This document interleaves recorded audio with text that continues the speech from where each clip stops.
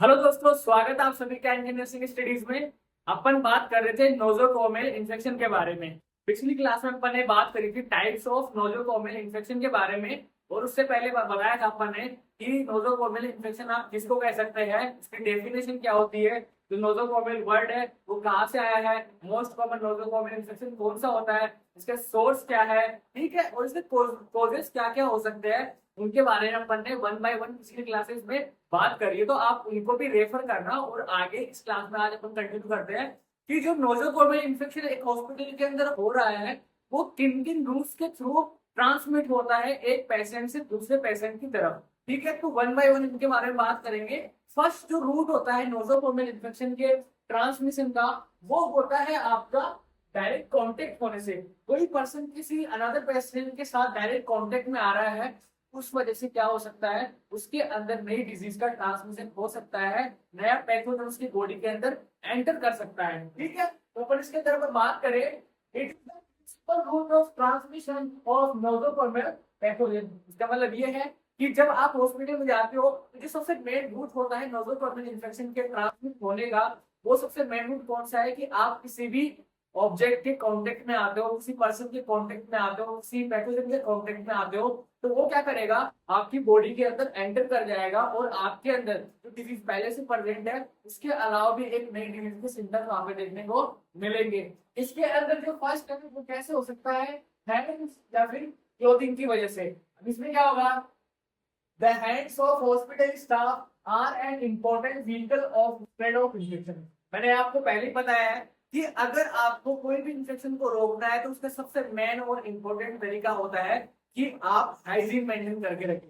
और hygiene maintain करने का सबसे आसान तरीका क्या है कि जब भी आप एक पेशेंट से दूसरे पेशेंट की तरफ मूव कर रहे हैं तो आप क्या करें, जो भी आपके हैंड्स है उनको बार बार सैनिटाइज करें, उनको हैंड वॉश करें, जिससे कि जो भी ट्रांसमिट कर रहे हो आप कोई भी नई डिजीज को किसी भी नए पेशेंट की तरफ जा रहे हो, तो आप क्या कर सको, उस पैथोजन को रोक सको उस नए पेशेंट की तरफ जाने से। तो आपको क्या करना है, बार बार आपको हैंड हाइजीन वहां पे मेंटेन करके रखनी है। तो जो भी आपके हैंड्स है, हॉस्पिटल स्टाफ के अंदर आप काम कर रहे हो, हॉस्पिटल के अंदर आप काम कर रहे हो, तो आपके हाथ जो है वो बार बार कांटेक्ट में आते हैं किसी नए पैथोजन के, किसी नए पेशेंट के।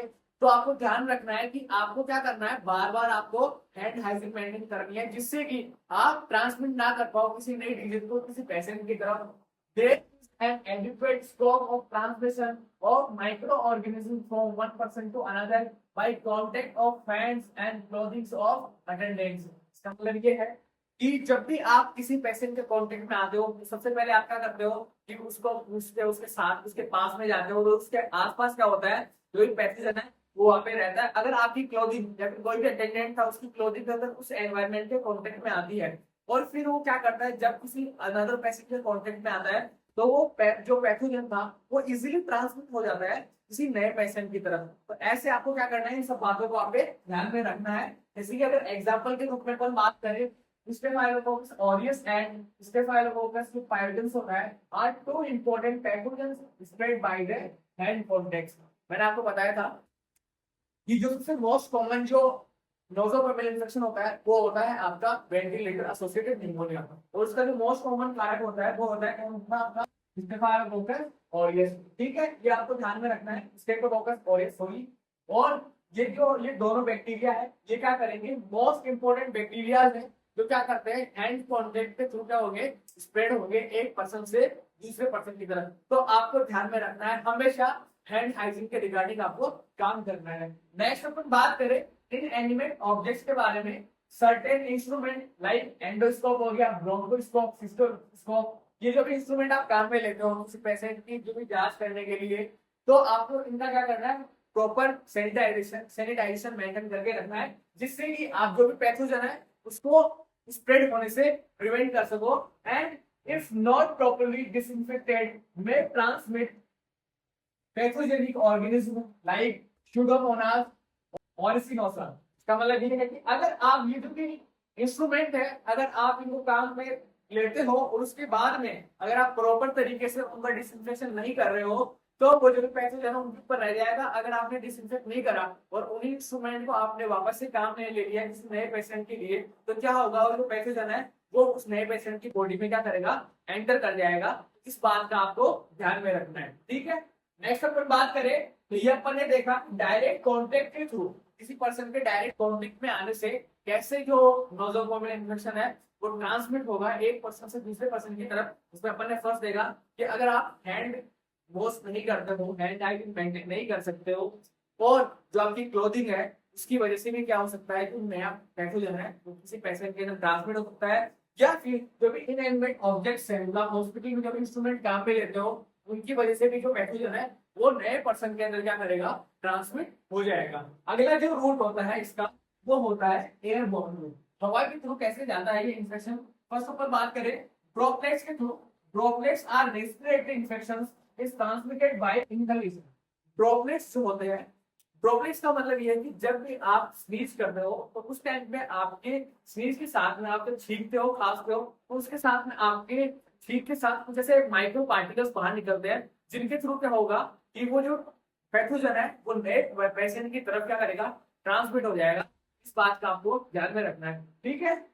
तो अगर आपने ड्रॉपलेट्स क्या करे, जैसे किसी पेशेंट ने क्या करा, स्नीज किया, तो ये जो ड्रॉपलेट्स है वो सराउंडिंग एनवायरनमेंट से फैल जाएंगे। और किसी नए पर्सन ने, ठीक है, किसी नए पर्सन ने क्या करा, इनहेल किया, तो इनहेल करने के साथ ये जो ड्रॉपलेट्स है ये क्या हो जाएंगे, उसकी बॉडी के अंदर एंटर कर जाएंगे और ऐसे इस वजह से इसके अंदर नई डिजीज कॉज हो जाएगी। अगला जो कारण होता है इसमें डस्ट के थ्रू कैसे होगा, dust from bedding floor exudates dispersed from a wound during this and from skin by natural shedding of skin scales। इसका मतलब ये है कि क्या होगा जब कि आप बेडिंग करते हो या फिर फ्लोर पे साफ सफाई हो रही है तो उस टाइम पे डस्ट होती है, उस डस्ट के साथ भी कई जो माइक्रो ऑर्गेनिज्म है, कई पैथोजेंस है, वो एक पेशेंट के साथ में क्या कर सकते हैं, कंटामिनेटेड कर सकते हैं, नई डिजीज कॉज कर सकते हैं एक पेशेंट को। तो इस बात का भी आपको ध्यान में रखना है। जैसे कि मीजल्स हो गया, स्टेफाइलोकोकस सेप्सिस हो गया, may contribute in spread of infection,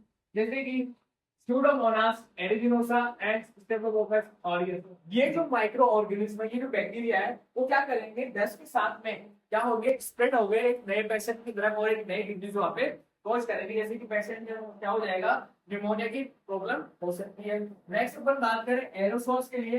aerosols produced by nebulizers, humidifiers and air conditioning apparatus transmit certain pathogens of the respiratory tract। ठीक है, अब एरोसोल में और ड्रॉपलेट्स में आपको एक बात ध्यान रखनी है कि ड्रॉपलेट्स और एरोसोल दोनों रेस्पिरेटरी ट्रैक्ट के रिगार्डिंग ये जो टर्म्स है यूजुअली आते हैं। ड्रॉपलेट्स का मतलब क्या होता है कि अगर कोई पार्टिकल है, कोई पार्टिकल अगर उसका डायमीटर 8 माइक्रोन से, ठीक है, 8 माइक्रोमीटर से लेके अगर 75 माइक्रोमीटर है तो आप उसको काउंट करोगे किसमें, ये ड्रॉपलेट्स में आएगा। अगर किसी पार्टिकल का डायमीटर 1 माइक्रोन से 8 माइक्रोन है, ठीक है, अगर इसके बीच में रह गया उसको क्या बोला जाएगा, एरोसोल बोला जाएगा। तो ये बात आपको ध्यान में रखनी है। इन दोनों में डिफरेंस किसका, डायमीटर का। और आपको पूछा जा सकता है कि ड्रॉपलेट का नॉर्मल डायमीटर कितना होगा, किसको आप ड्रॉपलेट बोलोगे और किस डायमीटर के पार्टिकल को आप एरोसोल बोलेंगे। तो ये ध्यान में रखना है कि जब भी न्यूक्लियाइजर होता है या फिर जो भी एयर कंडीशनिंग एपरेटस होता है उनके थ्रू जो एरोसोल ट्रांसमिट हो रहे हैं वो क्या करेंगे, कोई पेशेंट अगर वो इनहेल करता है तो क्या होगा, उसके अंदर नई डिजीज कॉज होने के चांसेस ज्यादा होते हैं। नेक्स्ट अपन बात करें रूट के बारे में, तो जो थर्ड रूट है वो होता है अपना ओरल रूट। ओरल रूट से कैसे होगा, हॉस्पिटल फूड में contain antibiotic resistant bacteria which may colonize the intestine and later cause infection in susceptible patient। अब इसका मतलब ये है कि अगर कोई बैक्टीरिया जो हॉस्पिटल में रह रहा है तो उसके अंदर क्या हो सकती है कि जो भी एंटीबायोटिक वहां पे दी जा रही है उससे उसके अंदर रेजिस्टेंस डेवलप हो सकती है। और अगर किसी पेशेंट ने क्या करा, उस जो बैक्टीरिया था उसमें क्या था, एंटीबायोटिक से रिलेटेड रेजिस्टेंस था और उसने वो फूड में था वो बैक्टीरिया और उसने वो खाना कंज्यूम कर लिया, तो वो क्या हुआ, वो जो बैक्टीरिया था उसकी बॉडी के अंदर एंटर कर गया। और जब कभी उसकी जो भी इम्यून सिस्टम है वो पहले से वीक था, तो वीक इम्यून सिस्टम होने की वजह से जो बैक्टीरिया उसके अंदर गया तो क्या होगा, वो एक नई डिजीज कॉज करेगा। मैंने आपको बताया था कि जो भी नोजोकोमियल इन्फेक्शन वो कब हो सकता है, या तो आपकी एडमिशन के 48 आवर्स के बाद में, या फिर जब आप डिस्चार्ज हो चुके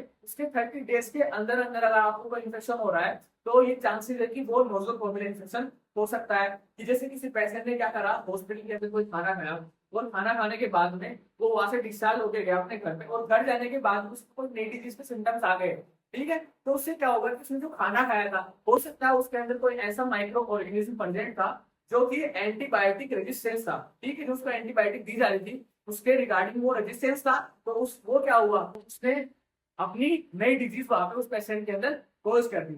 ये सब बात आपको ध्यान में रखनी है। फास्ट जो लास्ट रूल होता है फोर्थ, वो होता है parental rule with the introduction of disposable syringes and needles, transmission of infection by parental route has been infrequent। इसका मतलब ये है कि पहले क्या होता था कि जैसे एक डिस्पोजेबल जो सिरिंज आती है अभी, कि एक पेशेंट के लिए अपन अगर कोई इंजेक्शन लगाना है तो उसके लिए डिस्पोजेबल सिरिंज आती है, अपने क्या करना है, सिरिंज को लेना है, जो भी अपने पास दवाई उसको देनी है, उसको लोड किया और उस पेशेंट को देने के बाद में, इंजेक्ट करने के बाद में उस जो सिरिंज है उसको क्या कर देते हैं, डिस्पोज कर देते हैं। तो ये जो डिस्पोजेबल सिरिंज आने के बाद में ये जो रूट है पेरेंटल रूट पे छूटा होना, नई डिजीज पे ट्रांसमिट होना, ये थोड़ा कम हो गया है। However, certain infection may be transmitted by the blood transfusion, tissue donation and contaminated fluid infusion। तो मतलब ये है कि जैसे कि क्या हुआ कि अगर जैसे कोई भी डिस्पोजेबल सिरिंज तो आपने यूज में ले ली है, जैसे कोई भी आप फ्लूइड किसी पेशेंट को दे रहे हो और अगर वो फ्लूइड कंटामिनेटेड है, कोई ब्लड ट्रांसफ्यूज आप कर रहे हो, अगर वो ब्लड है वो कंटामिनेटेड है, तो ऐसी कंडीशन में क्या हो सकता है कि उस पेशेंट के अंदर कोई नई डिजीज ट्रांसमिट हो सकती है, ठीक है। तो ये आपको ध्यान में रखना है कि किन किन रूट्स के थ्रू जो भी नोजोकोमियल इन्फेक्शन है वो एक पेशेंट के अंदर ट्रांसमिट हो सकता है। फर्स्ट जो रूट आता है वो आता है कॉन्टेक्ट में। अगर कोई पेशेंट किसी भी नए पैथोजन के कॉन्टेक्ट में आता है तो उस वजह से उसके अंदर क्या हो सकती है, वो डिजीज ट्रांसमिट हो सकती है, या तो वो हैंड जैसे अपने हाथों के थ्रू वो क्या करेगा, पैथोजन उस पेशेंट के अंदर जाएगा, क्लोथिंग के थ्रू जा सकता है, या फिर अगर अपन बात करें तो जो भी इनएनिमेट ऑब्जेक्ट्स है उनके थ्रू वो पेशेंट के अंदर ट्रांसमिट हो जाएगा। सेकेंड अपन ने बात करी एयरबोर्न के बारे में, एयरबोर्न के थ्रू कैसे जा सकता है, फर्स्ट होता है ड्रॉपलेट के थ्रू, कि जो भी ड्रॉपलेट इन्फेक्शन है वो क्या जाएंगे, अगर कोई पेशेंट ड्रॉपलेट्स को, जो भी इन्फेक्टेड ड्रॉपलेट्स है किसी इन्फेक्टेड पर्सन से अगर आ रहे हैं, अगर कोई नया पेशेंट उनको इनहेल कर लेता है तो उसके अंदर वो नई डिजीज के सिम्टम्स आ सकते हैं। दूसरा, अगर अगर आप क्या कर रहे हो, बेडिंग कर रहे हो, फ्लोर पे साफ सफाई हो रही है, तो वहां पे भी क्या हो सकते हैं, पैथोजन प्रेजेंट रह सकते हैं, उस वजह से डस्ट के साथ में भी वो जो पैथोजन है वो पेशेंट के अंदर एंटर कर सकते हैं। थर्ड अपन ने बात करी एरोसोल के बारे में, जो भी एयर कंडीशनिंग डक्ट्स है या जो भी पार्टिकल्स का डायमीटर जो छोटा होता है वो क्या कर सकते हैं, ज्यादा डिस्टेंस तक ट्रेवल कर सकते हैं, तो इनहेलेशन के साथ में उन एरोसोल के थ्रू भी एक नया इन्फेक्शन हो सकता है एक पेशेंट के अंदर। थर्ड अपन ने बात करा ओरल फूड के बारे में, कि अगर कोई पेशेंट ऐसा कंटामिनेटेड फूड या वाटर को कंज्यूम कर लेता है, इसकी वजह से भी उस पेशेंट के अंदर जो डिजीज है वो ट्रांसमिट हो सकती है। फाइनली अपन ने बात करी पेरेंटल रूट के बारे में, जैसे अगर कोई पेशेंट है उसको अगर कंटामिनेटेड फूड का इंजेक्शन किया गया, यूज किया गया, उसके अंदर कोई ब्लड ट्रांसफ्यूजन कर रहे थे, अगर वो कंटामिनेटेड था तो उसकी वजह से उसके अंदर क्या हो सकता है, नई डिजीज कोज हो सकती है। आज की क्लास में अपन ने बात करी रूट और ट्रांसमिशन के बारे में, किसके नोजोकोमियल इन्फेक्शन के जो भी रूट्स है, 4 मेन रूट्स हो सकते हैं, उनके बारे में आज अपन ने इस क्लास में बात करी। आई होप आप लोग को टॉपिक समझ में आया होगा, तो बने रहिए हमारे साथ। Thank you so much.